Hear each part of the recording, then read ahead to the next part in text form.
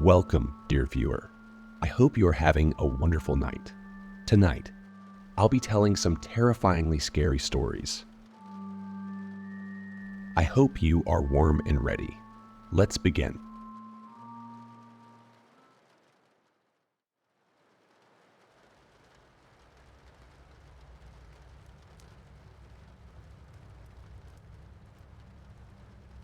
I've been meaning to get this off my chest for a while, and a psychiatrist is too expensive, so I figured it'd be both thematic and cathartic to post this story here. It's something I've been living with for a long time, and I just don't want to shoulder it alone anymore. Danny wasn't quite right. Never was. Aaron's cousin Beth, who was 2 years older than us at the time, had the same homeroom as Danny, and every Tuesday and Thursday Aaron's mom would pick us up from school.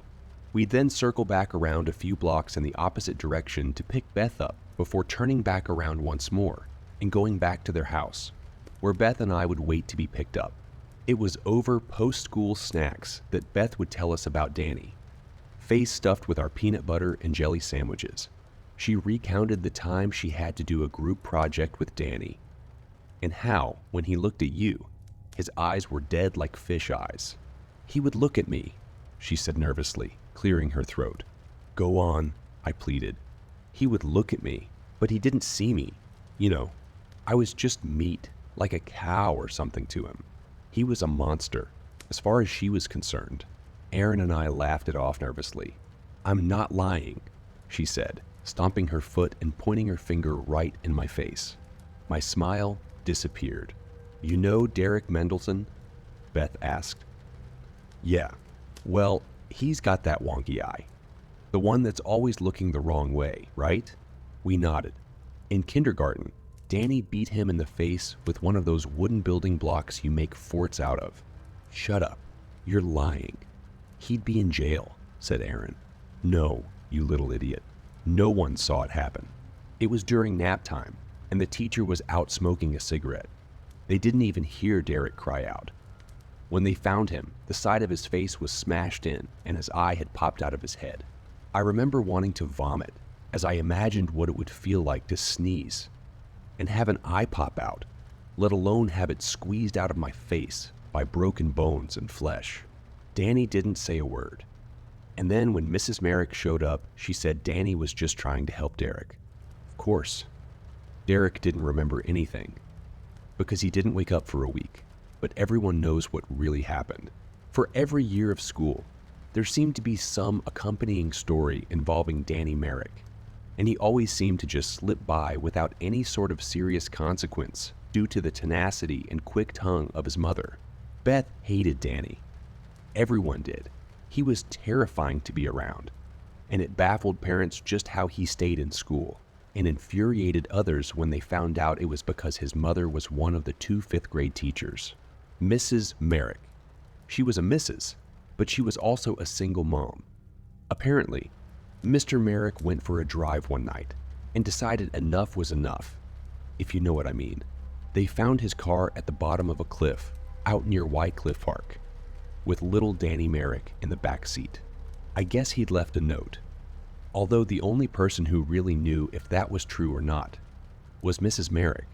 She'd never spoken about it, and surely no one had ever asked. So needless to say, everyone had an abundance of sympathy, bordering on pity for Mrs. Merrick, and as far as any of us could tell, that's why Danny was allowed to rampage freely. The older Danny got, though, the less leeway people were willing to offer.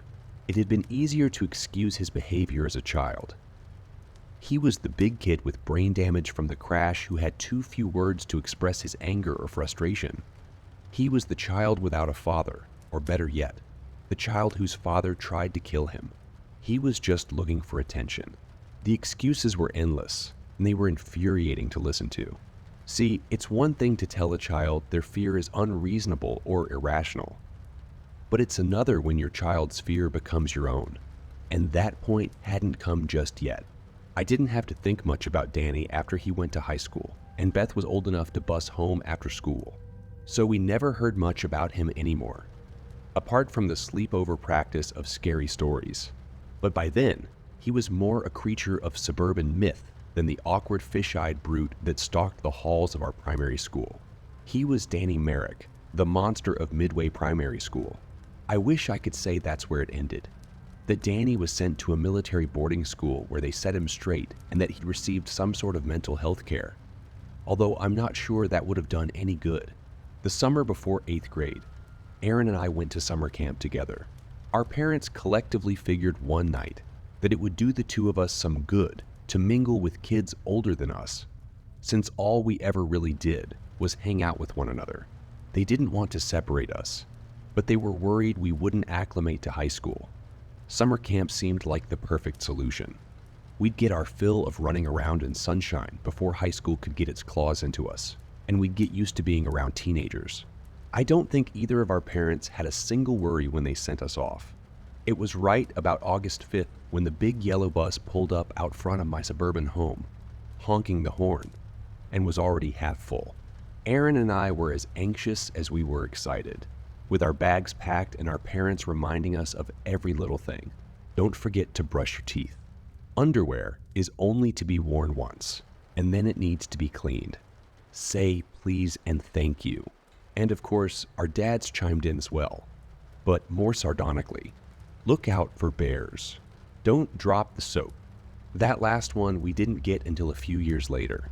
When we arrived at Fort Worden, we found much less in the way of creature comforts than we'd expected. Where we thought there would be cabins, there were only raised platforms and large canvas tents on top. There were 3 outhouses dotted around Fort Worden, and all of them involved a laborious walk into the woods, which were unlit. So at night, we'd have to hold it or brave the dark. The mess hall had a gravel patch, long tables, and a tin roof. Truthfully, it wasn't terrible, but it was shocking, and not at all what we had expected. The camp counselors were nice enough, and often too busy flirting with one another to manage us, which suited us just fine. Fort Worden had plenty to do, and our days were full to the brim between the caves and canoes, the bow and arrow and games of hide and seek.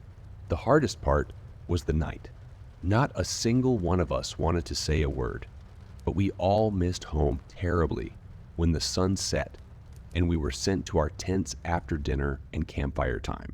Each tent had 4 kids, and while there were both girls and boys at the camp, the boys and girls were separated as far as could be seen from east to west, across the massive property. My tent had myself, Aaron, Mark, and Arthur. We all got along well enough and talked late into the night.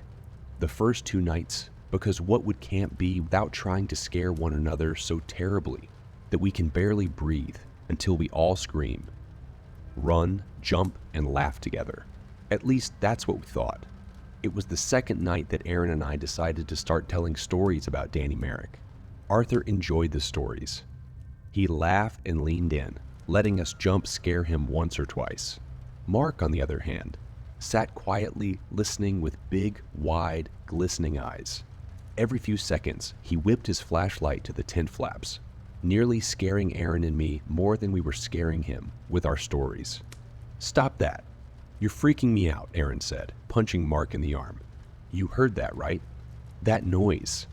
"You heard it," Mark said, visibly sweating in the cool night air. "Hear what, you little freak?" I said, trying as best I could to sound tough. "Someone's outside. It's just the wind rustling leaves," said Aaron, trying the most compassionate approach. "Yeah," said Mark, unconvinced. "You're probably right. None of us in the tent slept well that night. Each one of us with one eye open. I never asked the other guys in the morning, but I clearly heard someone crying quietly. Morning came, and all 4 of us were dead on our feet. We perked up after breakfast, but we didn't have much to say to one another, and the camaraderie of the previous 2 days seemed to have evaporated. Arthur and Mark were afraid to talk with Aaron and me, lest we continue telling them stories that might terrify them badly enough to make them cry in the middle of the night. I remember Aaron and I looking at each other from time to time that day, more than a little ashamed for having taken it too far. I don't remember much more of that day, apart from the counselors complaining that the donut stash had been raided, and whoever the culprit was left a note behind. We all had a good laugh at that. That night, When we went to our tents, Mark and Arthur smiled politely and rolled over in their sleeping bags, zipping them up tight. Aaron and I felt terrible. We weren't sure if it was because we felt guilt for scaring our new friends, or because we felt embarrassed that we weren't as likable as we thought we were. Aaron and I looked at each other, mirroring one another's "we messed up" faces, before turning out the light and falling asleep ourselves. I woke once that night to what I thought was one of the other boys in my tent getting up to go to the washroom. Braver than me, I thought, and I closed my eyes, quickly falling asleep again. I woke up earlier than the others and shook Aaron by the shoulder. "What time is it?" he asked. I checked my watch. 6:30. I was dead set on getting to the mess hall, having breakfast, and grabbing one of the good canoes and a couple fishing rods before all the older campers grabbed them. Aaron followed me, half asleep. The camp cook was still prepping, so he ate Cheerios and ran off. The sun was just about to crest the mountains when we got out onto the water. It was the first time Aaron and I had been alone since we arrived at camp. But we didn't talk much. I wasn't sure if that was a good thing or a bad thing, but it was nice just to relax with my childhood best friend all the same. Things felt like they were changing as I watched the sun rise over the mountain peaks. Once again, I'm not sure if that was good or bad. "Who's that?" asked Aaron, breaking the silence. "Huh," I replied. There was. "I could have sworn I saw someone on the far side of the lake," Aaron said. "There's nothing over there." I shrugged. We said nothing more for the next hour before heading back to shore. When we docked, we could tell something wasn't right. Counselors were running through the trees, followed by a swarm of kids trying their best to keep up. We pulled the canoe up onto the shore and headed up the beach. "Hey!" I cried out, stopping a girl in her tracks as she followed the crowds at a more reserved pace.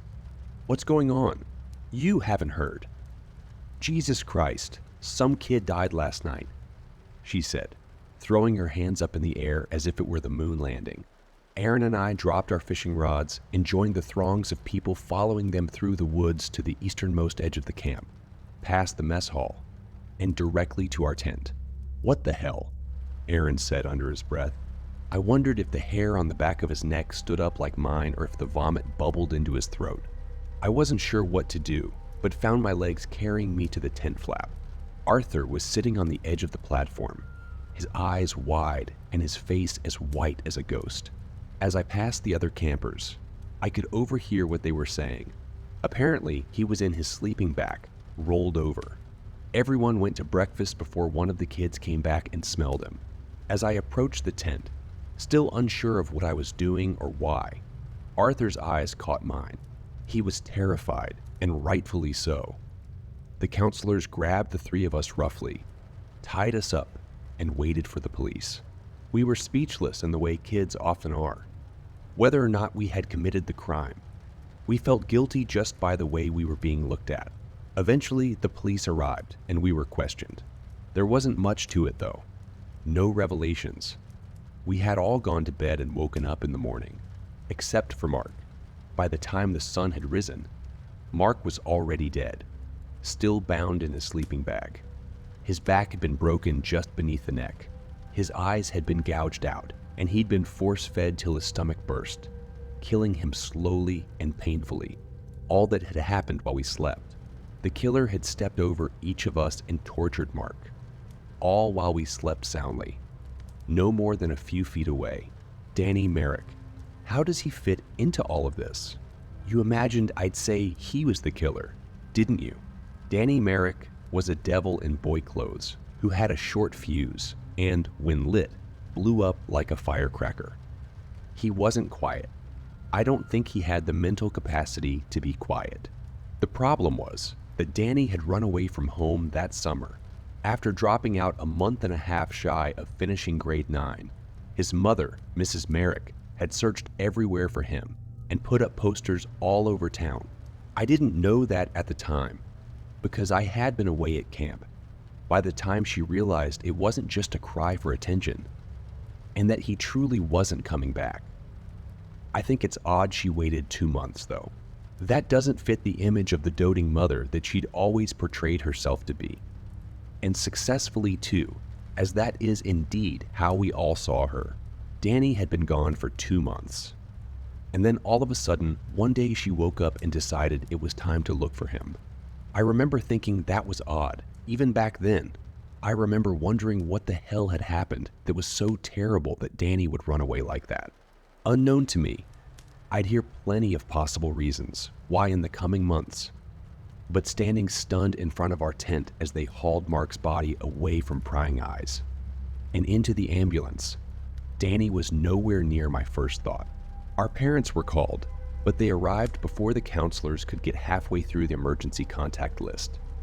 News traveled fast in Midway back then, landline to landline, mother to mother, and father to father, and like a parade of panic. The minivans and SUVs stretched a mile long as they tried to jam into the small parking lot out front. I don't remember much from that day. It was mostly a blur. Our parents dragged us away as if the killer was still among the crowd. I'm not even sure we grabbed my bag. My parents opted to buy new clothes that weren't stained with the memory of Mark. My parents banned me from watching the news, and I know Aaron's parents did the same. I think it was their way of protecting us from any more trauma. But really, it was a bad idea with good intentions. It wasn't long until I had my first panic attack. The thought that a killer had done his work right next to me. I'd slept through the sound of breaking vertebrae and never even opened my eyes to see his face. There was already so much uncertainty in my life, and I wasn't even allowed to seek closure or at least peace of mind, because it became that thing we weren't allowed to speak about. After my first panic attack, it wasn't long until I began to experience night terrors.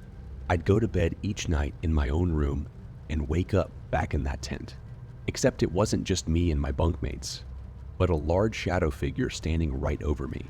It felt so real, and it was the same every time. I'd be zipped up in my sleeping bag, unable to move, too scared to barely open my eyes. But I could hear him breathe. I could feel him breathe as he stood over me, straddling me with his stance, his heavy booted feet on either side of my head as he stared down at me, contemplating if I was the right fit for his needs. Each night, I'd lay there terrified until he stepped over me, moving to Mark, and I could hear him bend down, placing his knee on Mark's spinal cord and reaching around to his mouth. He'd place his gloved hand over Mark's mouth and press all of his weight down on that knee until I could hear the crunch of bone turning to gravel underneath his skin. Part of me felt guilty. I felt it was my fault for not waking up, for not seeing his face, or maybe even for stopping whoever it had been. I often felt guilty for not realizing that Mark was already dead when I'd woken up that morning to enjoy my day, or even that I'd woken up at all, and every night I relived it all. Back then, psychiatrists were for crazy people, so I didn't even bother asking if I could see one, though I surely needed to. Instead, I just walked around in a daze and did my best to put a smile on my face around my parents, who'd been hovering, keeping a watchful eye on me. I knew they weren't 100% certain I wasn't the killer. I don't blame them. The entire scenario was so preposterous. Perhaps it wasn't just me. Perhaps it wasn't just me. Perhaps it was the whole lot of us. Myself, Aaron, and Arthur. Makes sense. Occam's razor and all.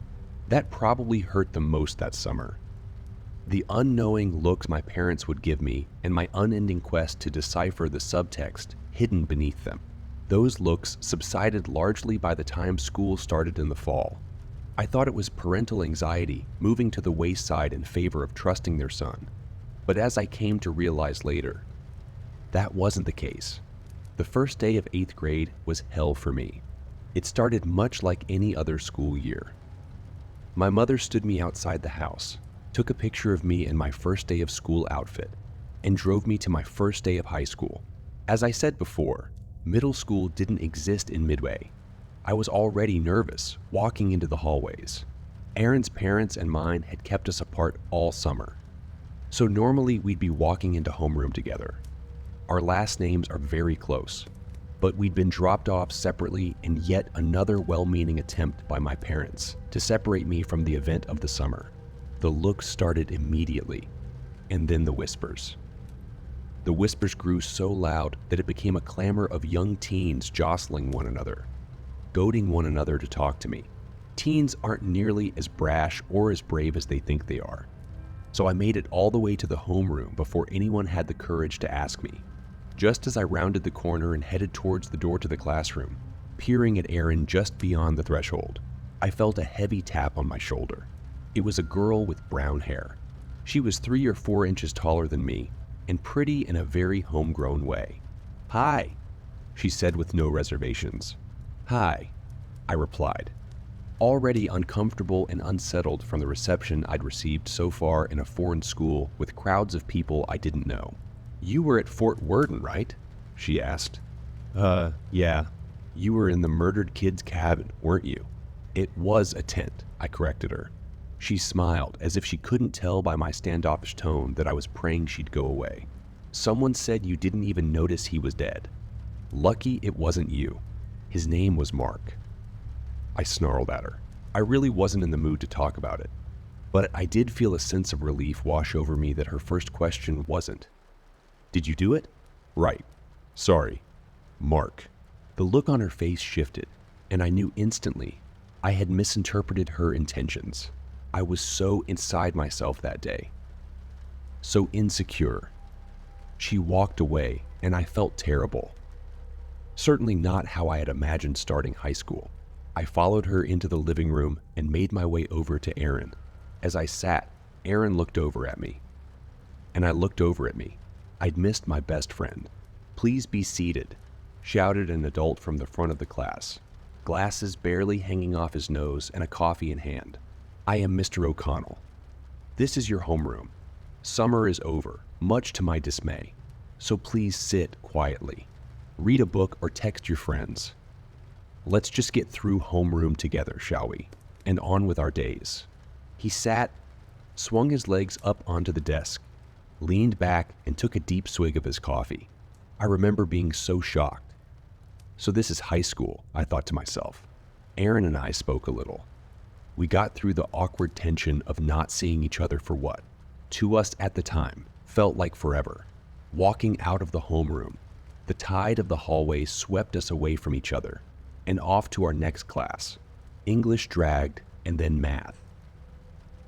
Both were typical first days, dragged out and boring. No one else spoke to me, which I welcomed at first until I realized they were avoiding me. There's nothing like the stink of a murder to stunt your social life going straight into high school. Lunch came, and I found myself walking about with my tray, searching for Erin. Hundreds of students jostled one another, jockeying for seats, and eventually I gave up and sat down at the last empty table, already resigned to the fact that high school wasn't for me. "Hi again," I heard a voice say. I looked up and saw the auburn-haired girl from earlier. "Mind if I sit?" she asked as she sat down, not waiting for a reply. I just wanted to apologize for what I said earlier. It was really insensitive of me, and I really didn't mean it that way. Just sometimes I get excited, and nothing ever happens in midway. And we all spent the entire summer talking about Fort Worden. And there you are right in front of me, and you are right in front of me in the hallway, and I could hardly believe it, because you're sort of a celebrity. But not really. You know, I swore she said it all in one breath, as if she were afraid I'd get up and leave before she spoke her piece. Honestly, though, the embarrassment I felt as I walked around the cafeteria alone, looking for some social interaction, made me willing to pay someone to talk to me. "It's fine, really. I thought you were going to ask me if I killed him or something crazy like that." As the words left my mouth, I regretted them immediately, and I even made a little stabbing motion with my hand. Luckily, she seemed unperturbed. "Why would I ask you if you killed him?" she asked, looking genuinely confused. "Well, I mean, we slept through the whole thing. I don't know. Maybe." I trailed off, not willing to dig myself in deeper than I already had. Yeah, it's crazy, right? They're still trying to figure out how he did it. "I'm sorry." "I don't know what you mean," I asked, feeling my mouth fill with cotton balls. "What do you mean you don't know what I mean?" Danny Merrick. I was left speechless. I hadn't been allowed to watch television the remainder of the summer. let alone leave my house. And that was the first time I'd heard Danny Merrick's name in a long while. Danny who? I thought you just said Merrick, I replied, not knowing what else to say. I did, she stated proudly. Danny Merrick. You know him, don't you?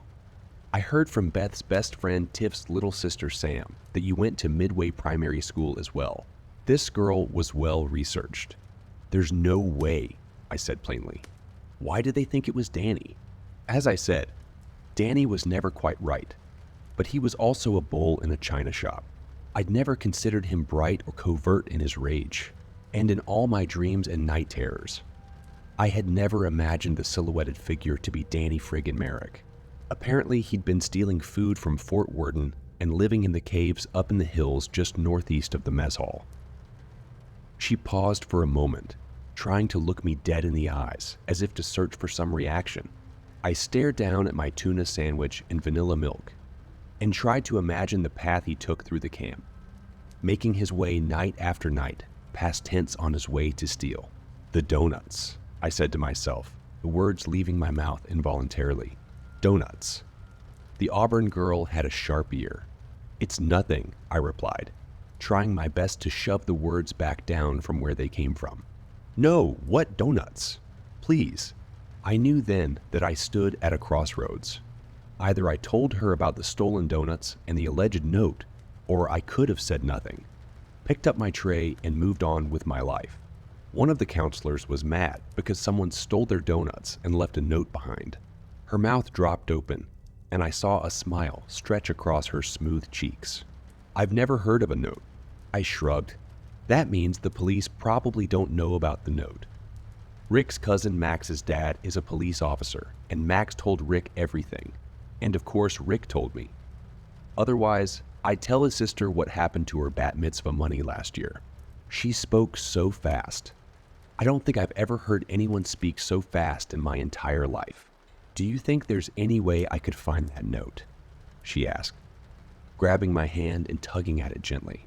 I blushed a little and dropped my head again, peering up with one eye. If they didn't burn it, maybe it's left behind in the counselor's cabin or in the trash if that hasn't been taken away. I was young and filled with hormones. I hadn't thought of her as pretty until she touched me, but the second she grabbed my hand, she probably could have gotten me to admit anything. You are amazing. When can we go? Go. Go back to Fort Worden. I felt the blood drain from my face. She must be joking. Surely she hadn't thought it through. I pulled my hand away and out of her grip. Why would you want to go to Fort Worden? The familiarity and congeniality in my tone disappeared, and it was all I could do to keep the tears from my eyes that sprung forth even just thinking of going back. Do you think he did it? She asked a question just as serious as my challenging question. I stayed silent. I can't remember what I was thinking at that moment. All I remember was a cold sweat. I clearly knew very little of what had transpired since camp. How could I answer one way or another? I wanted to say yes and put it behind me, accept the simple truth, no matter how poorly it fit with what I knew of Danny Merrick. Neither do I, she said with cold, steely conviction. I looked up and met her eyes. The playful girl next door with auburn hair was gone, and in her place sat a woman with a mind made up, but on what I didn't know. I think I'll go this Sunday while my parents are at church. I'll ask my older brother if he can drive. You can come if you want. It would help if you did. But you don't have to.